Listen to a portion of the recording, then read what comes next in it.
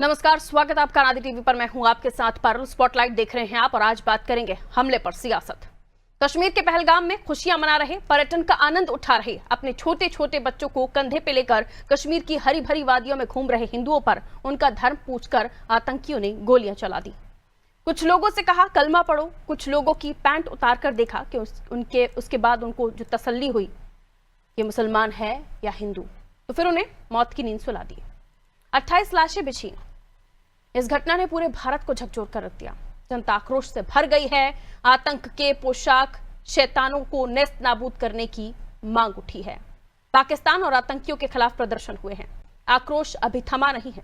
शांति के शत्रुओं को सबक सिखाने की मांग देश का बच्चा बच्चा कर रहा है। और उधर सियासत भी चरम पर है।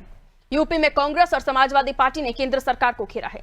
सपा का कहना है केंद्र सरकार जितना समय विपक्ष की सरकारों को गिराने, अपनी सरकार बनाने और विपक्षी नेताओं पर कार्रवाई करने में गंवा रही है, उतना समय देश की सीमाओं को सुरक्षित करने में लगाना चाहिए। सपा ने केंद्र सरकार को सुरक्षा के मोर्चे पर नाकाम बताया है।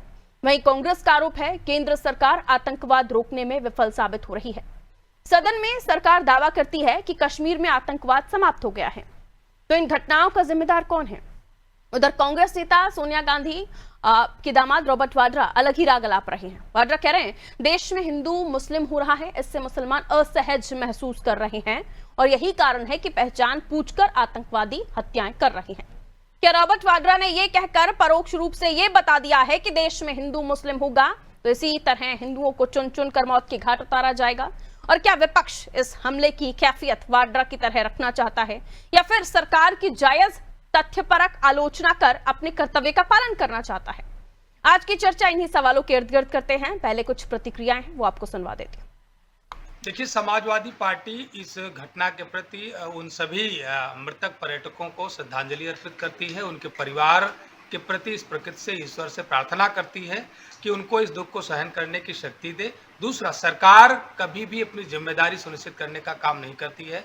सरकार की सुरक्षा एजेंसियां पूरी तरीके से फेल रही है। सरकार का ध्यान देश की सीमा की सुरक्षा के प्रति जो होना चाहिए, देश के नागरिकों की सुरक्षा के प्रति होना चाहिए, जो संवेदनशील इलाके हैं जहां पर आतंकवादी घटनाएं होती रही हैं, वहां पर जिस तरीके से सुरक्षा के चाक चौबंद व्यवस्था होनी चाहिए, सरकार का ध्यान उस पर नहीं रहता है। चाहे वो पाकिस्तान के बॉर्डर को लेकर के हो, चाहे वो चाइना के बॉर्डर को लेकर के हो, सरकार का पूरा ध्यान विपक्षी पार्टी की सरकार को गिराने में, उनकी पार्टी के नेताओं को फंसाने में लगा रहता है, उनका उत्पीड़न करने में लगा रहता है। सरकार पूरी तरीके से अहंकार में रहती है। जब कोई घटना घटित होती है तब वो घड़ियाली आंसू बहाने का काम करती है। मैं ये मानता हूँ कि सरकार यहाँ पर पूरी तरीके से फेल रही है। विरोधी दल के जो नेता हैं उनके पास राजनीति करने के बहुत सारे मसले भी आगे भी आएंगे। आज ये देश के साथ खड़े होने का वक्त है। जम्मू कश्मीर पे आम लोगों पे जो हमला हुआ है, जिनकी मौत हुई है, जो लोग घायल हैं, पूरा देश उनके साथ खड़ा है। पहली कोशिश यही है कि जो घायल हैं उनको राहत मिले और जिन लोगों ने भी ये हिमाकत की है आम लोगों को अपना निशाना बनाने की, उनसे भारत पूरे क्षमता के साथ निपटेगा। मुझे लगता है कि भारत सरकार के साथ आज खड़े होने का वक्त है, राजनीति करने का समय ये। राजनीतिक दल जब भी सत्ता में आते हैं तो आतंकवाद खत्म कर देंगे ये कहते हैं, लेकिन सत्ता में कोई भी दल रहा हो, घटनाएं हुई हैं। फिर 2007 में जब तत्कालीन गृह मंत्री रहे पी चिदंबरम साहब ने कहा था कश्मीर में हालात सामान्य हो रहे हैं। न तब सामान्य थे न अब सामान्य है, लेकिन उस पर सियासत तब भी हो रही थी, अब भी हो रही है। मिलियन मेहमानों से हमारे साथ चर्चा में जुड़ रहे हैं। आगे सवाल उन्हीं से। राजेंद्र सागर जी जुड़ रहे हैं, कांग्रेस से प्रवक्ता हैं, दिखा दीजिए स्क्रीन पर उन्हें। राजेंद्र जी, स्वागत करती हूँ आपका। केसी जैन साहब भारतीय जनता पार्टी से हमारे साथ बने हुए हैं, आपका भी स्वागत करती हूँ। डॉक्टर नितेंद्र सिंह जी सपा से हमारे साथ बने हुए हैं, आपका भी स्वागत करती हूँ। मेजर शिवम सिंह राणा साहब, रिटायर्ड मेजर हैं, आप बहुत स्वागत करती हूँ मेजर साहब आपका भी। शिवम साहब, मैं इस घटना से कुछ चीजें आपसे भी जानना चाहूंगी, क्योंकि जब भी हम कश्मीर के बारे में जानते हैं, मैं खुद भी गई हूं वहां, तो मैंने देखा है कि चप्पे चप्पे पर वहां पर जवान तैनात होते हैं, सिक्योरिटी के लिहाज से बहुत तगड़ी व्यवस्था है। लेकिन ये जो घटना हुई इसने सबको ये सोचने पर मजबूर कर दिया कि कश्मीर घाटी, जैसे तब भी 2010 का जो मैंने जिक्र किया, तब भी कहा था कि वहां हालात सामान्य हो गए हैं, अब भी कहा गया कि हालात सामान्य है। और इससे पहले तो हमने कश्मीर में बहुत शांति देखी है। आप आंकड़ा देखिए टूरिस्ट का, तो पहले लाखों में था, करोड़ों में टूरिस्ट वहां जा रहे हैं। लेकिन इस तरह की घटना जो सामने आई है, इसने फिर सुरक्षा व्यवस्था पर सवाल खड़े कर दिए हैं। क्या आपको लगता है कि इंटेलिजेंस एजेंसियां फेल हुई हैं इसमें, सरकार का तंत्र फेल हुआ है? क्या कमियां आकलन करते हैं आप इस घटना के बाद? नहीं, देखिए, सबसे पहले तो मैं जितने भी जो यहाँ पे जिनको गोली मारी गई है, मैं और कुछ ना कह के उनको शहीद मानता हूँ। सबसे पहले मैं उनको श्रद्धांजलि अर्पित करता हूँ और उनके परिवार के साथ हम लोग खड़े हुए हैं। और बिल्कुल आपकी सही बात है कि कहीं ना कहीं ये हमारा इंटेलिजेंस जो है कहीं ना कहीं तो फेल हुआ है। चूंकि आपने जैसे कहा कि पहले पर्यटक आते थे, आज की डेट में करोड़ों आ रहे हैं, बिल्कुल सही बात है। सुरक्षा अपना काम कर रही है, आर्मी अपना काम कर रही है, बीएसएफ अपना काम कर रही है, पुलिस अपना काम कर रही है। कहीं ना कहीं से लीक हुआ है। आज हम सभी एक पटल पर हैं। कोई भी दल हो, राजनीति करने का इसमें कोई मतलब नहीं बनता है। इंटेलिजेंस फेलर है वो सब ठीक है, सारी कमियां हम लोग बाद में जो करते हैं कि एक बार वारदात हो गई फिर हम लोग उसका खाका बनाते हैं लेसन लर्न का। आज है कि हमको इस बदले से रिकवर कैसे करना है, हमें करना क्या है वहां पे। क्योंकि वहां पे कोई, चाहे कांग्रेस सरकार हो, चाहे भाजपा सरकार हो, चाहे सपा हो, चाहे कोई भी XYZ कोई भी सरकार हो, वहां पे करना अंतोगत्वा आर्मी को है। मेरा सिर्फ इतना निवेदन है कि आप उनको खुले हाथ छोड़ दिए, कैसे करते हैं क्या करते हैं उन पे निर्भर करता है। रही बात आतंकवादियों की, हाँ ठीक है, मानता हूं कि वहां पे कार्रवाई होती रही है। 370 बोला गया हट जाएगा, कार्रवाई थम जाएगी, नहीं थमी, कोई बात नहीं, कार्रवाई हो गई है। अभी ये सारा मामला बाद का है। अभी करना है कि हमको निपटना कैसे है। अभी राजनीति ना करके, आरोप प्रत्यारोप ना लगाकर, अभी सिर्फ यहाँ पे कार्रवाई करने की जरूरत है। क्योंकि मैं आपको एक चीज और बताता हूँ, अभी गर्मियां स्टार्ट हो रही हैं और अभी यही वही पॉइंट है जहां से अमरनाथ यात्रा स्टार्ट होती है। बिल्कुल, मैं वहीं तो आ रही हूं। ये बेहद ही संवेदनशील मामला है। वहां पे फोर्सेस लगी हुई हैं, जो भी कमियां हैं वो दूर वहां पे की जा रही है। मेरी वहां बात हो गई, मेरे कोर्समेट्स हैं, साथ के लोग हैं, सीनियर जूनियर सारे हैं, तो वहां पे ऑन ग्राउंड कार्रवाई चल रही है। इन लोगों का जहां से आना हुआ था वो जंगलों से आना हुआ था, और ये बताया वहां के लोगों ने, मेरी खुद भी बात हुई कि किसी तरह की कोई पुलिस फोर्स वहां तैनात नहीं थी। वैसे भी नहीं होती है सर, आप ज्यादा बेहतर जानते होंगे, पहले भी नहीं थी। मैं आपको क्षमा चाहता हूँ रोकने के लिए जी। देखिए, जो जम्मू एंड कश्मीर की जो डेमोग्राफी ना, जब अगर हम उस जमीनी की बात करते हैं, जो जिसको हम लोग फौजी भाषा में टेरेन बोलते हैं, वो बड़ा अजब सा टेरेन है। कहीं पे जंगल है, कहीं पे आपके पूरे स्नो पीक्स हो जाते हैं, फिर कहीं पे प्लेन आ जाता है, वैली आ जाती है। लेकिन ऐसा कहना कि वहां पे कोई मौजूद नहीं, बिल्कुल गलत है। वहां पेट्रोलिंग करते रहते हैं। 11 साल की सर्विस में 8.5-9 साल में कश्मीर में ही रहा। पेट्रोलिंग प्रॉपर होती है। पहलगाम के उसी पॉइंट की बात कर रही हूँ, क्या वहां पर फोर्सेस तैनात होती हैं, टूरिस्ट वहां जाते हैं? बिल्कुल मैम, वहां पे आर्मी यानी की ये घटना हुई तब कोई नहीं था? ये नहीं, देखिए, नहीं, जहां पर एक घटना हुई है उसी के ऊपर, जहां तक मेरा आइडिया है, आर्मी का बेस कैंप होता है, RR बटालियन वहां पे तैनात है। लेकिन अभी कोई फौजी ड्रेस में आके एकदम से कर जाए तो देखिए, पहला जो ब्लंट है वो तो अपने ही ऊपर आता है। आप चाहे वो एनकाउंटर कर, चाहे जो कह लीजिए, जो पहला ट्रिगर दबता है उसमें तो खैर जान जाती है। वो मैं आपकी बिल्कुल बात मानता हूं कि कहीं ना कहीं चूक हुई है, और इस पे आपके साथ हूं मैं। जो आपका कहना है कि चूक का मामला कह लीजिए, चाहे इंटेलिजेंस कह लीजिए जी। भारतीय जनता पार्टी की तरफ अब मैं रुख करती हूँ। जैन साहब, 2019 370 हटते ही ये कहा गया था कि आतंकवाद का खात्मा हो जाएगा। अभी हाल ही में जनरल मुनीर, पाकिस्तान आर्मी के चीफ, उनकी तरफ से कुछ टिप्पणियां आई जिसके लिए कहा गया कि पहले से उनकी तरफ से कुछ संकेत दिए जा रहे थे, उसे समझा नहीं देश ने। क्या, कहाँ गलती हुई?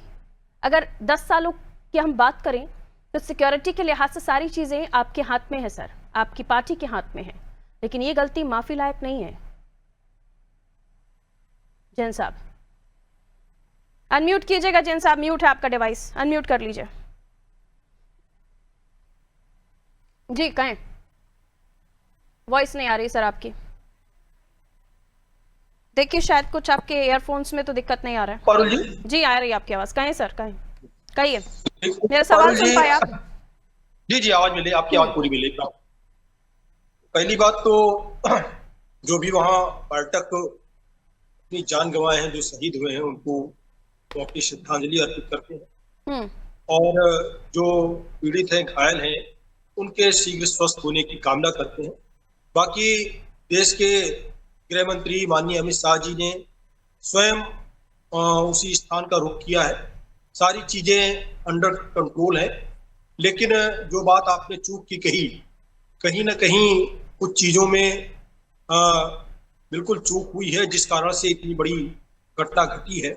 लेकिन ये कह देना कि वहां पे आर्मी नहीं है, वहां पे सिक्योरिटी नहीं है, वहां पे गश्त नहीं किया, ऐसा बिल्कुल नहीं है। सारी चीजें की जा रही हैं, लेकिन एक छद्मवेश बना करके जिस प्रकार से जो आतंकवादी वहां पर आए हैं और इस तरीके की घटना को अंजाम दिया है, उनका सबसे बड़ा उद्देश्य यही है कि आपने जो बात अभी कही कि करोड़ों पर्यटक वहां पर आ रहे हैं, उनके अंदर दहशत पैदा करना और वहां की स्थिति को खराब करना, देश के अंदर अस्थिरता पैदा करने की कोशिश की गई है।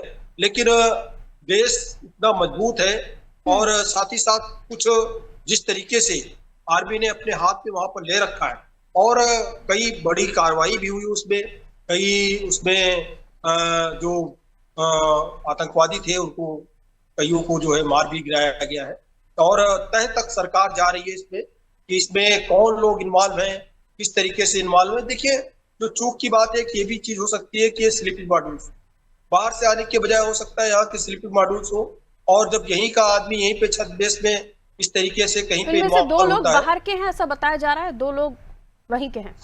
पारुल जी, देखिए बिल्कुल सारी चीजों पे इसमें तह में जाया जा रहा है, लेकिन ये राजनीति करने का समय बिल्कुल नहीं है। अभी जो आदरणीय मेजर साहब ने जो बात कही, इसमें सबको साथ आने की आवश्यकता है और देश को एक साहस देने की आवश्यकता है कि हम सब साथ हैं।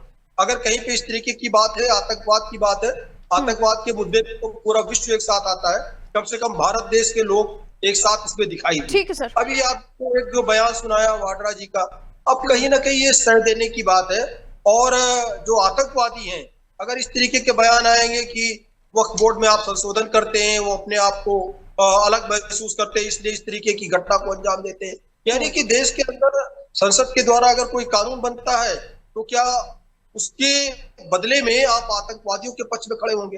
हो सकता है आपकी विचारधारा मतभेद हो सकता है वक्फ बोर्ड के संशोधन के कांग्रेस खिलाफ हो, लेकिन आतंकवादियों का पक्ष तो बिल्कुल नहीं लिया जा सकता है। लेकिन क्या इस मसले पर पाकिस्तान हमला करेगा? लश्कर-ए-तैयबा, TRF ये हमला करेंगे? ये तो कतई मंजूर नहीं है। मैं लौटूंगी आपके पास किसी साहब। नितेंद्र जी, क्या ये जो अभी रॉबर्ट वाड्रा साहब ने कहा कि हिंदू मुस्लिम होगा तो इसी तरह हिंदुओं को चुन चुन कर मौत की घाट उतारा जाएगा, ये जो उनकी बातें जो हैं, जो अलग अलग राग अलापे जा रहे हैं, क्या कहेंगे सर? ऐसे समय पर इस तरह के बयान देना ठीक है? देखिए पारुल जी, धन्यवाद। आज बहुत महत्वपूर्ण चर्चा है। देश पर इतनी दुखद घटना हुई है, बहुत ही निंदनीय घटना हुई है।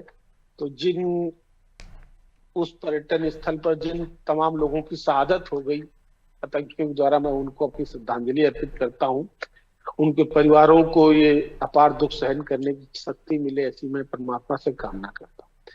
बात आपने जो सवाल उठाया है जी, रॉबर्ट वाड्रा, मैं व्यक्तिगत रूप से कहूँ, मैं रॉबर्ट वाड्रा को कतई कोई सीरियस नेता नहीं मानता हूँ। रॉबर्ट वाड्रा ना तो नेता है, वो किसी नेता के पति हो सकते हैं, किसी राजनीतिक परिवार के दामाद हो सकते हैं, लेकिन वो नेता मैं नहीं मानता हूँ। उनके बयान को मैं कतई सीरियस नहीं लेता हूँ। उनका बयान कोई देश का बयान नहीं होना चाहिए। उस पर जो भी प्रतिक्रिया देनी होगी, कांग्रेस के प्रवक्ता बैठे वो देंगे। मेरी समाजवादी पार्टी की और अपनी अपनी जो ओपिनियन है, इस मौके पर समाजवादी पार्टी पूरी तरीके से देश के साथ खड़ी है, बिना किसी राजनीतिक लाग लपेट के। ये देश का मामला है और गंभीर मामला है, और अब तक की जितनी घटनाएं हुई हैं उसमें सबसे बड़ी ये आतंकी घटना है। बस मुझे 2 बातें कहनी है कि घटना तो बहुत कायराना हुई है, लेकिन जैसा कि कल से मैं लगातार सुन रहा हूं, तमाम चैनलों में बैठता हूं, सब सारे लोगों से जो इनपुट मिला कि LIU इंटेलिजेंस का इनपुट ऑलरेडी सरकार को था कि जो आतंकी हैं ये बराबर उस क्षेत्र की रेकी कर रहे हैं। इसके बावजूद इतनी बड़ी घटना हो जाना, ये इसको मैं बहुत बड़ी चूक मानता हूं, बहुत बड़ी विडंबना मानता हूं। और इसके पीछे अगर पुरानी घटनाओं की तरफ जाया जाए तो उन घटनाओं पर चूंकि उस तरीके की कार्रवाई न करना, जिससे ऐसे आतंकियों का मनोबल बढ़ता है और इस तरीके की घटनाओं को अंजाम देने में ये कामयाब हो जाते हैं। पहली चीज बॉर्डर सिक्योरिटीज का मामला था, किस तरीके से ये इतने खतरनाक हथियार लेकर के देश के अंदर इंटर करते हैं, ये हमारी बहुत बड़ी चूक थी। और वो इलाका चूंकि पर्यटन का क्षेत्र है, अभी वहां पर जैसा कि हमारे मेजर साहब भी बता रहे थे कि, और हम लोग सब लोग भी जानते हैं, हम लोग भी जाते हैं अमरनाथ यात्रा पर। वो अमरनाथ यात्रा 2 पॉइंटों से शुरू होती है, उनमें से एक पॉइंट ये वही रूट है, वही रूट है। वही रूट है। इतनी बड़ी तैयारी नितेंद्र जी, के मैं साथ आपकी ये लोग भावनाएं आकर समझ रही हूँ, आप भावुक हो रहे हैं, लेकिन सवाल मैं फिर भी इसलिए पूछूंगी क्योंकि अखिलेश जी ने कहा है कि सरकारें गिराने में जितना समय दिया उससे ज्यादा समय अगर देश की सुरक्षा में देते तो शायद ये घटना नहीं होती। घटनाओं का जिक्र होता है तो सर 2013 भी याद आता है, 60 से अधिक लोग मारे गए, 50,000 से ज्यादा लोग विस्थापित हुए। तो क्या इन घटनाओं का मैं इसलिए भी जिक्र कर रही हूँ कि हर किसी के शासनकाल में कुछ ना कुछ ऐसी घटनाएं हुई हैं, तो उस पर सियासत राजनीति करना ठीक है क्या? राजनीतिक बयानबाजी करना ठीक है क्या? नहीं पारुल जी, बिल्कुल राजनीतिक बयानबाजी करना नहीं ठीक है। मैंने कहा कि अगर पिछली घटनाओं से लोग सबक ले लें, संसद में भी हमला हुआ था, इसके अभी ताजी 2019 की घटना पुलवामा की घटना है। पुलवामा में 300 किलो आरडीएक्स का आ जाना और लगातार हाईवे के अंदर इस तरीके की गाड़ी का घुस जाना और देश ने तब भी बदला लिया था और अब भी आज देश के युवाओं की आवाज मुझे लगता है कि आगे सरकार को सुनना चाहिए और सुनेगी। पारुल जी, एक लाइन में कंप्लीट करने दीजिए।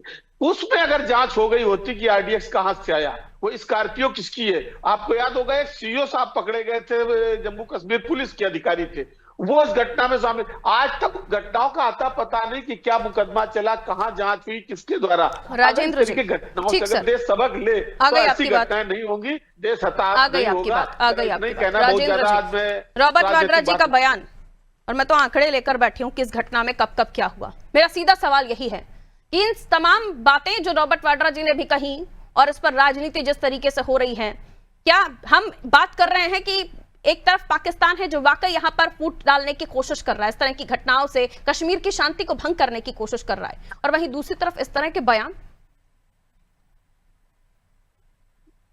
देखिए पारुल जी, पहली बात तो मैं जो है उन सभी जिनकी वहां मौत हुई है उन सबको नमन करते हुए, उनको श्रद्धांजलि देते हुए और उन परिवारों को जो है संबल दे ईश्वर ये सब सहन करने का, जो इतनी बड़ी घटना हुई है।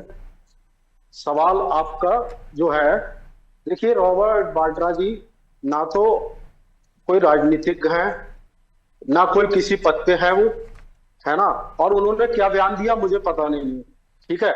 लेकिन इस देश में जो सत्ता नशीन है, जो सत्ता चला रहे हैं, उन लोगों के इस तरीके से बयान आना, उधर घटना होती है और इधर तुरंत जो है ट्विटर पे बयान आ जाता है।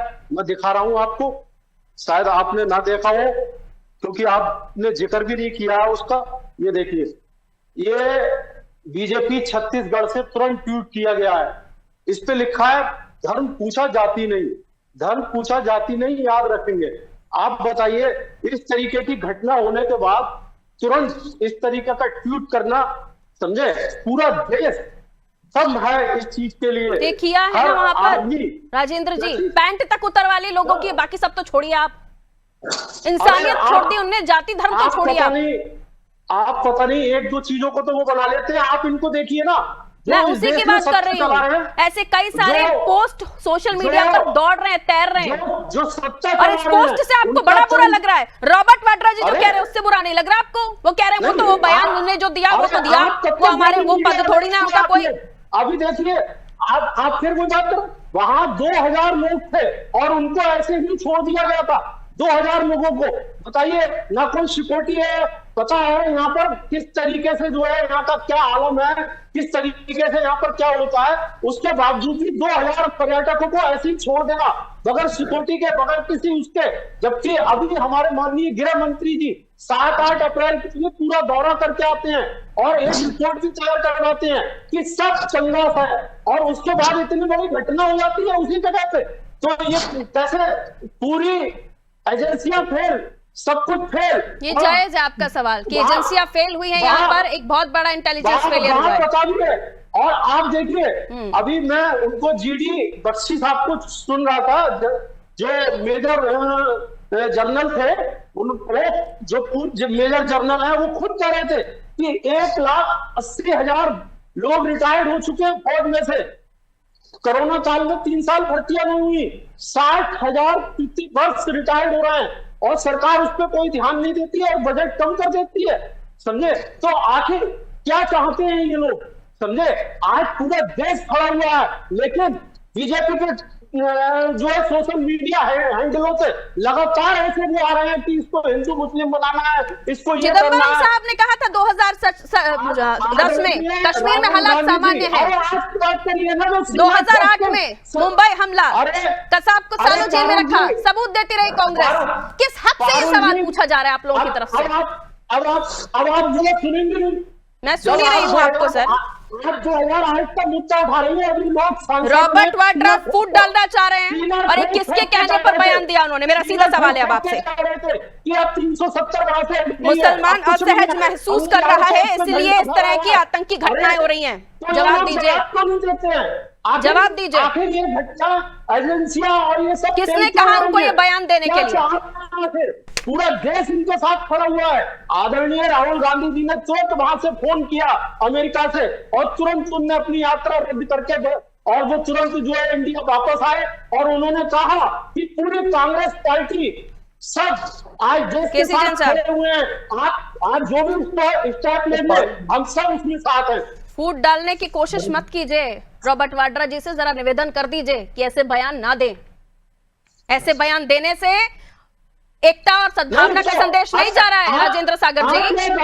एकता, सद्भावना, भाईचारे का संदेश नहीं जा रहा है ऐसे बयानों से। जरा समझाइए उन्हें। केसी जैन साहब, ये हिंदू मुस्लिम का मसला नहीं है, ये हिंदू मुस्लिम का मसला नहीं है, ये देश की सुरक्षा का मसला है। इसको किस नजरिए से आप देखते हैं? किस क्या कसूर था उन आम नागरिकों का जो सिर्फ घूमने गए थे? आपकी सरकार ने ही सुरक्षा के लिए उन्हें भरोसा दिया था। आपकी सरकार ने ही उन्हें सुरक्षा का उम्मीद दी थी। लोग कश्मीर में जो लोग हैं वो खुले में घूमना शुरू कर चुके थे, बेटियां पढ़ने जाने लगी थी। वो भरोसा आपने दिया था। केसी जैन साहब, अब डर लग रहा है लोगों को। पारुल जी, बिल्कुल उन सारी चीजों के लिए हम अपने आप को मान रहे हैं कि वो जिम्मेदारी मेरी थी, हम लोगों की जिम्मेदारी थी, हमारी पार्टी, हमारी सरकार की जिम्मेदारी थी। लेकिन आप एक चीज देखिए कि पिछले 2019 में धारा 370 वहां पे समाप्त, कांग्रेस के साथी लगता है कि यहाँ पे एक लड़ाई आपस में ही लड़ रहे हैं, लगता है एक भड़ास निकाल रहे हैं, लगता है धारा 370 को हटा करके बहुत गलत किया गया, ये संदेश देना चाहते हैं। रॉबर्ट वाड्रा जी बातें मत करिए, मुद्दे की बात करिए। आज पूरा देश जो है गम में डूबा हुआ है, पूरा देश साथ में खड़ा हुआ है, लेकिन आप तो वो नहीं उठा है। आप पूरे हैंडल पे सोशल मीडिया पे बयानबाजी कर रहे हैं। पूरा देश जहाँ पे स्तंभ है और आप राजेंद्र जी जरा रुकिए, समय अब मेरे पास कम है, मुझे एक कमेंट सभी से लेना है। आप रुक जाइए हमेशा बने रहेंगे और आपको अभी देखिए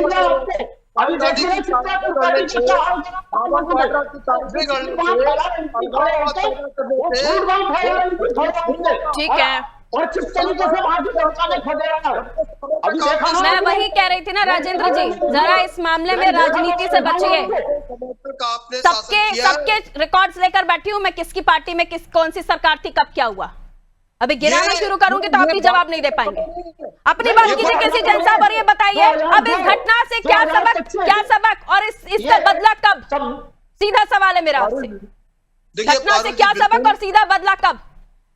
बिल्कुल जिस तरीके से सर्जिकल स्ट्राइक इसके पहले दिखाई दी थी, उससे बड़ी कार्रवाई का संकल्प आपको दिखाई देगा कि भारत देश ने ले लिया है और ये भारत देश के हृदय के ऊपर पीछे से वार किया गया है, ये छद्मवेश धर करके वार किया गया है और बिल्कुल इसमें कहीं पे भी माफी की गुंजाइश नहीं है। लेकिन कांग्रेस के साथी जिस तरीके से सिर्फ राहुल गांधी कारपेट की बात करो जो बात हुई है, पूरा देश ठीक है, मेजर साहब कुछ कहना चाह रहे हैं। उस कारपेट को देखो। ठीक है, रुक जाइए तू मैं की बात से जरा बचिए। शिवम जी क्या कहना चाह रहे हैं, जल्दी से बोलिए। शिवम जी रुकिए, शिवम जी का ऑडियो दीजिए। रुकिए जैन साहब एक सेकंड करिए। मैम देखिए ये पूरे देश को आपने धोख रखा है। राजेंद्र जी काम डाउन राजेंद्र जी रुकिए। शिवम जी प्लीज। देखिए मैम ये जो सारी बातें हो रही हैं, ये जो सारी बातें हुई रॉबर्ट वाड्रा जी के बयान से स्टार्ट हुई।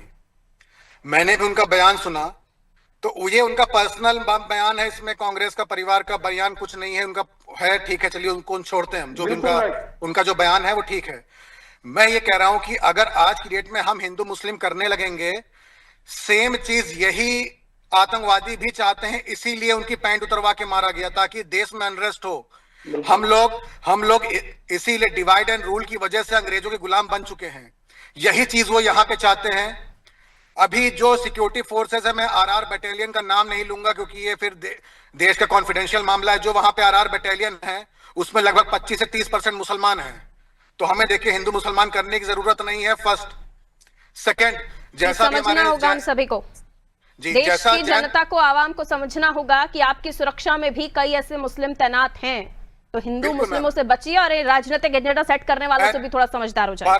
पारुल जी, मैं दोबारा बताना चाहता हूं, जैसे जैन साहब ने बोला सर्जिकल स्ट्राइक, आप 2013-14 की बात ना करके अगर आप पहले भी जो जितने हमले हुए हैं, चाहे वो जो भी मामला हो, श्रीनगर का मामला हो या अनंतनाग का मामला हो, उरी का मामला हो, हम लोग ने हर मामले पे बदला लिया है। उसमें किसी भी सरकार से कोई भी लेना देना नहीं है। ये मैं बिल्कुल स्पष्ट क्लियर कर रहा हूँ इस चीज को। ठीक है, अब नितेंद्र जी, उनका टर्न नहीं आया था, मुझे नितेंद्र जी के पास जाना, 30 सेकंड समय मेरे पास बहुत लिमिटेड है। मैं एक गेस्ट हमारे रह गए, नितेंद्र जी को कल घटना हुई है मैम, जो कल घटना हुई है, इसका जो भी प्लान है वो ऑलरेडी बन चुका है। उस पर मुझे और आप कहने की जरूरत नहीं है, वो बिल्कुल 100% बदला लिया जाएगा। लश्कर-ए-तैयबा ने खुद ही जिम्मेदारी ले लिया, तो बाकी तो सब कहना कि कब हुआ, कैसे हुआ, पूरा प्री प्लान था। नितेंद्र जी, कांग्रेस के ऊपर तो सवाल उठ रहे हैं, लेकिन सपा के ऊपर भी उठ रहे हैं कि सियासत से परे इस मुद्दे पर सभी दलों को एक साथ आकर और आतंकवाद के खिलाफ खड़े होना चाहिए। बंद कर दीजिए सभी लोग हिंदू मुस्लिम करना, मैं सभी से निवेदन कर रही हूं।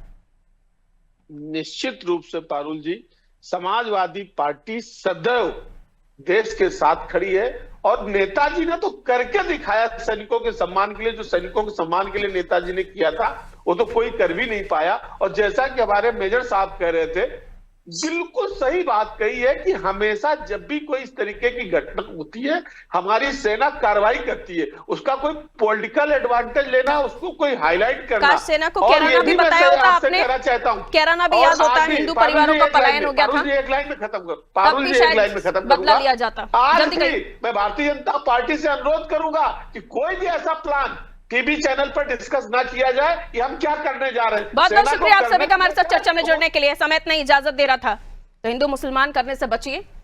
जो पाकिस्तान चाहता है, उनकी गंदी मानसिकता चाहती है, वो हमारे देश में मत होने दीजिए।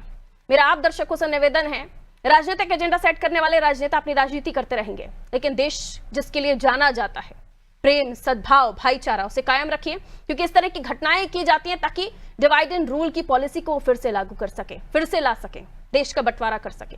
लेकिन इन सब से दूर हमने पहले भी साबित किया है कि हम सब एक हैं, और आज भी हम साबित करके दिखाएंगे। इस घटना के बाद हर कोई शोक में है, चाहे वो हिंदू हो, मुस्लिम हो, किसी भी जाति का हो, हर किसी के जहन में दर्द है। इस दर्द के साथ हमें एकता भी दिखानी होगी, और जल्द ही हमें लगता है कि इस मामले में पहले जिस तरीके से हमने नहीं बख्शा ऐसे ही गंदी मानसिकता के लोगों को, ऐसे हैवानों को, उन्हें अब भी बख्शा नहीं जाएगा। इंसानियत के कातिल बख्शे नहीं जाएंगे। दीजिए इजाजत, नमस्ते।